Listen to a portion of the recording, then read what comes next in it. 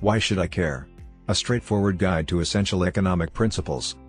Economics is everywhere, and understanding economics can help you make better decisions and lead a happier life. Tyler Cowen. Have you ever wondered why prices fluctuate, why some nations are wealthier than others, or how government policies impact your daily life? These questions lie at the heart of economics, a subject that permeates our everyday existence. Unlike specialized fields such as botany or Byzantine history, which most of us can comfortably leave to the experts, economics directly affects our lives and requires our understanding. Few of us are experts in more than one area. There simply isn't enough time in the day to master everything. Because of this, we rely on specialists to inform us about their fields. This division of labor is efficient and generally works well. Botanists, for instance, focus on plants without needing to understand Byzantine history, while Byzantinists concentrate on ancient civilizations without delving into plant biology. However, economic policy is a different beast. It affects almost every aspect of our lives, influencing everything from the cost of groceries to the availability of jobs. Economic decisions and policies directly respond to our actions as consumers, voters, and investors. Therefore, leaving economics entirely to experts isn't a viable option. If we aim to make rational, informed decisions that impact our financial well-being and societal progress, we need to grasp basic economic concepts. Ignorance in this area can lead to poor decision-making or, worse, manipulation by those who understand economic principles better. This is where Thomas Sowell's Basic Economics comes in. Sowell argues that fundamental economic principles are not inherently complex or inaccessible. With clear explanations, anyone can understand these principles and apply them to their daily lives. This summary aims to distill Sowell's insights into manageable and practical information that can enhance your economic literacy. Understanding economics helps us navigate and influence the world more effectively. Whether it's comprehending how market dynamics work, recognizing the implications of fiscal policies, or making personal financial decisions, a solid grasp of economics is invaluable. It empowers us to question, analyze, and understand the myriad economic activities and policies that shape our lives. So, let's dive into the core concepts of economics as presented by Sowell. By the end of this journey, you'll have a clearer understanding of economic principles and be better equipped to make informed decisions in your personal and professional life. Let's get started with the basics and see how economics influences our world. Unpacking Economics, a practical guide to essential concepts. What's in it for you? A straightforward understanding of fundamental economic principles. Economics is fundamentally about how societies utilize scarce resources that have multiple possible uses. These principles are universal and operate across different economic systems, whether they be feudal, socialist, or capitalist. They are unchanging laws that have influenced economies from ancient Rome to modern-day India and the European Union. As we delve into these principles, let's start by defining what an economy is. An economy can be described as a system for producing and distributing the goods and services needed in daily life. This definition, however, misses a crucial element: scarcity. In the Garden of Eden, for example, resources were abundantly available and met everyone's needs effortlessly, which means there was no need for economics. Economics, therefore, focuses on how societies manage the allocation of scarce resources that have various alternative uses. Understanding scarcity. Scarcity means there isn't enough of everything to satisfy everyone's needs entirely. The wants and desires of people exceed what is available, leading to unmet needs. This fundamental truth applies across all human societies, regardless of their economic structure. Whether in a feudal, socialist, or capitalist system, every society must address the trade-offs necessitated by scarcity. The role of production. Economics isn't just about distributing existing goods and services, it's fundamentally about producing new outputs from scarce resources. For instance, water can be used to produce ice, steam, or even cool power plants and dye jeans. Petroleum can become gasoline, heating oil, plastics, asphalt, or Vaseline. Iron ore can be turned into paper clips, automobile parts, or skyscraper frameworks. The allocation of resources for various purposes is a critical economic decision that ultimately affects a country's standard of living. Efficiency and resource allocation. A country's wealth is not determined solely by its natural resources but by how efficiently it uses them. Efficient economies maximize output by minimizing waste, ensuring that scarce resources are used to their full potential. Inefficient economies fail to achieve this, leading to lower standards of living. For example, despite Uruguay having higher natural resources per capita than Japan, Japan's real income per capita is significantly higher due to its efficient production processes. Visualizing the economic process. To better understand economics, think about tangible resources such as iron ore, wood, and petroleum, and the products they create, like cars, furniture, and gasoline. Economics often gets conflated with money, but currencies and cash are merely tools to facilitate the production and distribution of real goods and services. The actual wealth of a country is determined by the volume of goods and services produced and the efficiency of their production. The big picture. In summary, economics is about making decisions on the use of scarce resources, managing production efficiently, and understanding the trade-offs inherent in any economic system. These principles apply universally and shape the economic realities of all societies. As we explore these concepts, remember that economics isn't just an abstract field, it's a practical guide to understanding the world around us and making informed decisions. Famous quote. Consider the words of economist Thomas Sowell, "The first lesson of economics is scarcity, there is never enough of anything to satisfy all those who want it." This encapsulates the essence of economic study and its critical relevance to our everyday lives. Investing for a prosperous future. Investing is all about making sacrifices today to create a more abundant tomorrow. Imagine this scene: a tourist in Greenwich Village, New York, has his portrait sketched by a sidewalk artist. The artist charges him $100. The tourist, surprised at the price, comments on the seemingly high cost for just 5 minutes work. The artist corrects him, saying, 20 years and 5 minutes work. This moment captures the essence of investment, the culmination of years of practice and sacrifice to reach a point where the artist's skill is highly valued.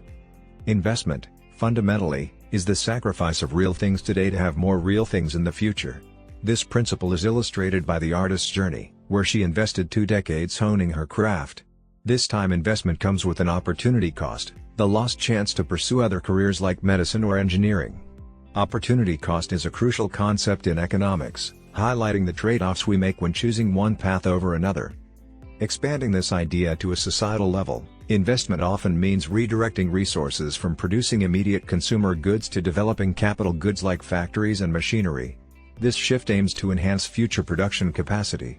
For instance, industrializing nations may limit consumer goods production to allocate more resources for industrial infrastructure, betting on future economic growth. However, investments come with inherent risks. The future is uncertain, and decisions made today may not yield the expected returns. For investments to be appealing, these risks must be compensated. This economic reality applies universally, from artists investing in their craft to oil companies investing in exploration. If the returns do not justify the risks, fewer people will make those investments. For example, if sketch artists can't earn enough to cover the costs of art school, fewer will pursue it as a career. Similarly, if oil prices drop too low, exploration and drilling activities may cease. The success of investments is ultimately determined by consumer demand. If investments are made in fields with little demand, the resources spent are effectively wasted. In a free market economy, this lack of demand translates to lower pay and limited job opportunities, signaling to others that such investments are unwise. This dynamic encourages individuals and businesses to allocate resources where they are most valued, promoting overall economic efficiency. Investment principles also apply to everyday activities that may seem non-economic at first glance. Consider tidying up your home. The time spent organizing today reduces the time needed to find items tomorrow. This small sacrifice leads to greater efficiency and less stress in the future, embodying the principle that today's effort can yield tomorrow's rewards. As economist Thomas Sowell aptly put it, there are no solutions, there are only trade-offs. Understanding this helps us appreciate the importance of investment in both our personal lives and the broader economy. By recognizing the value of making sacrifices today, we can pave the way for a more prosperous and abundant future. If you found these insights helpful, don't forget to like, share, and subscribe to our channel for more enlightening content. Your support helps us continue to bring valuable information to our community. Thank you for being part of our journey. Financial institutions and economic prosperity. Financial institutions harness the well-being of individuals to the fortunes of economies. Now that we've explored investment in general, we can look at how investments are financed. Some investments are made by individuals. If you buy corporate stock, you're supplying money to a corporation today in exchange for a share of the value you expect it to generate tomorrow. In less abstract terms, you give a car maker cash to expand production, enter new markets, and become more profitable so that you can share in those profits. Most investments, though, are made by financial institutions such as pension funds and banks. That's because the people who buy stocks, deposit money in savings banks, and pay into pension funds typically possess fairly modest sums of money. Institutions pool these stocks, deposits, and pensions together, thus creating huge investment vehicles.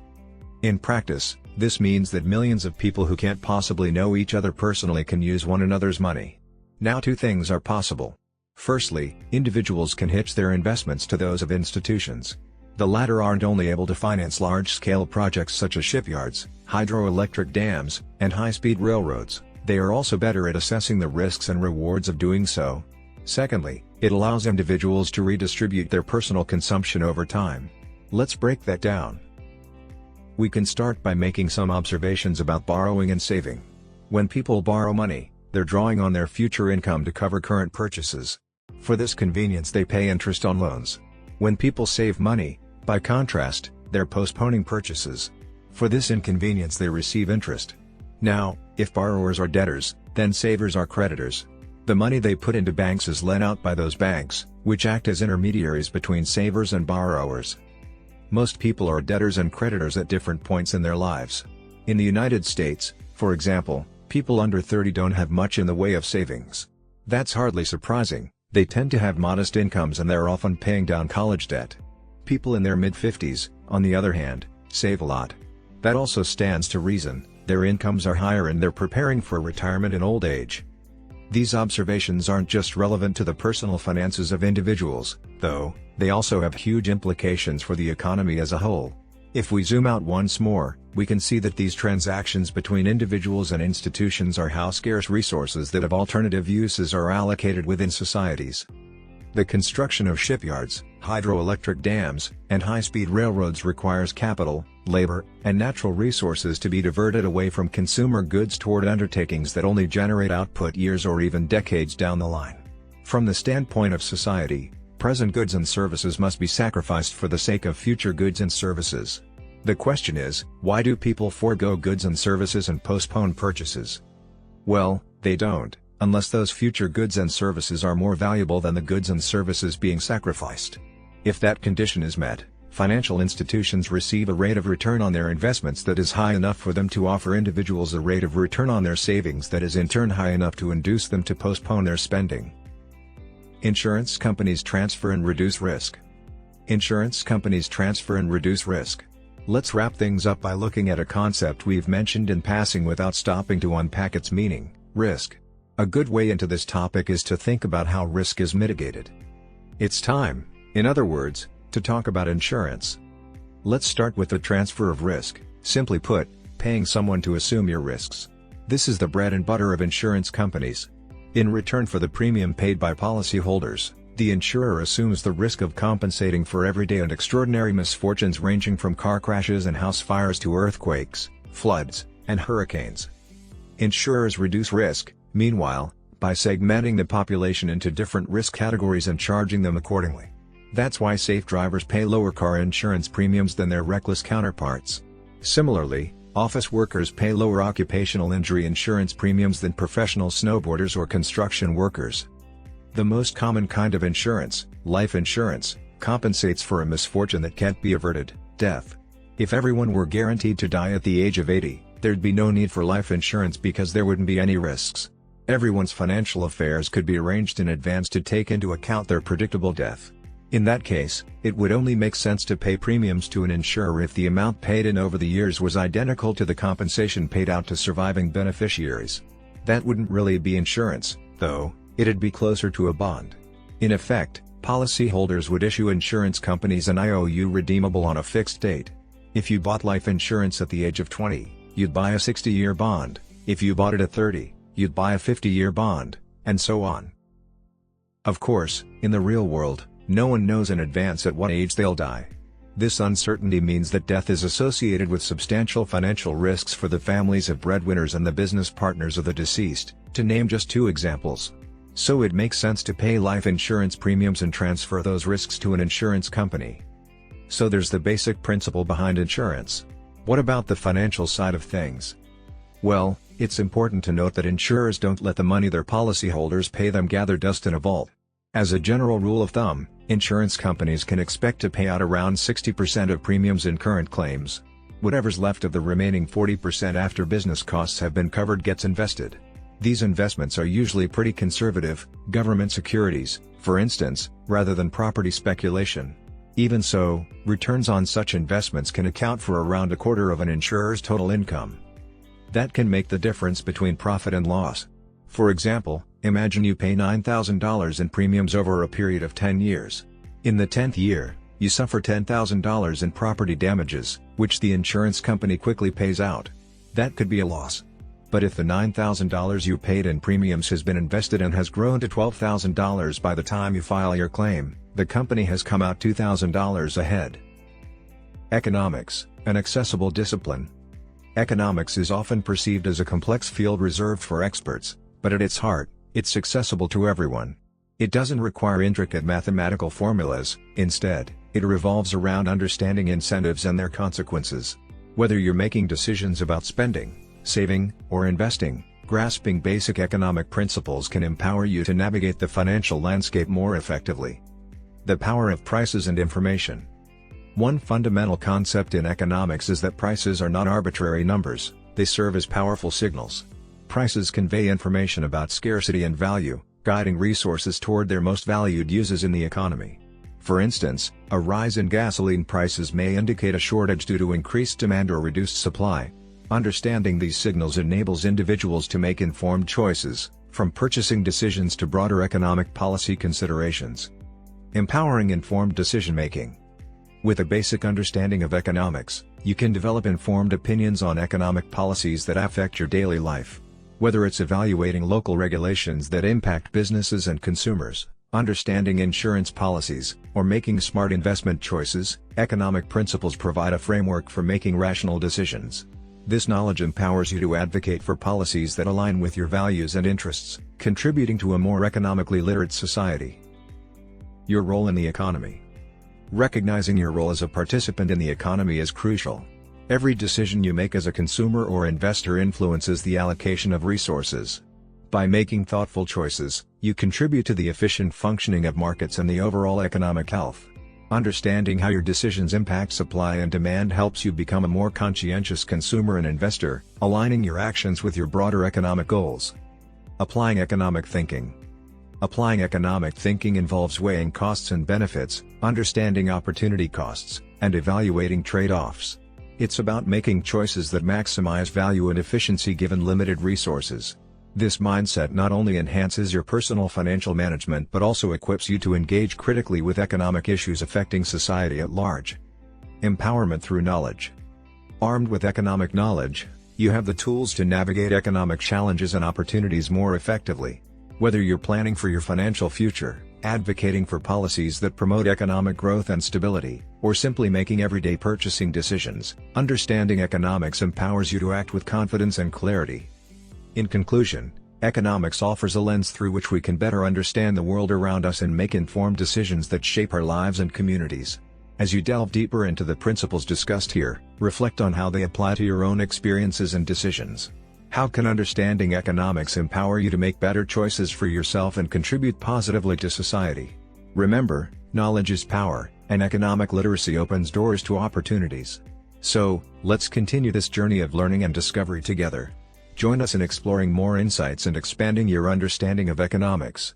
As we strive to deliver the best audiobook experience, your support means everything. Like, share, and subscribe to our channel to stay updated with our latest content and join a community passionate about economic understanding and empowerment. Understanding economics empowers us to navigate the complexities of the world with clarity and purpose.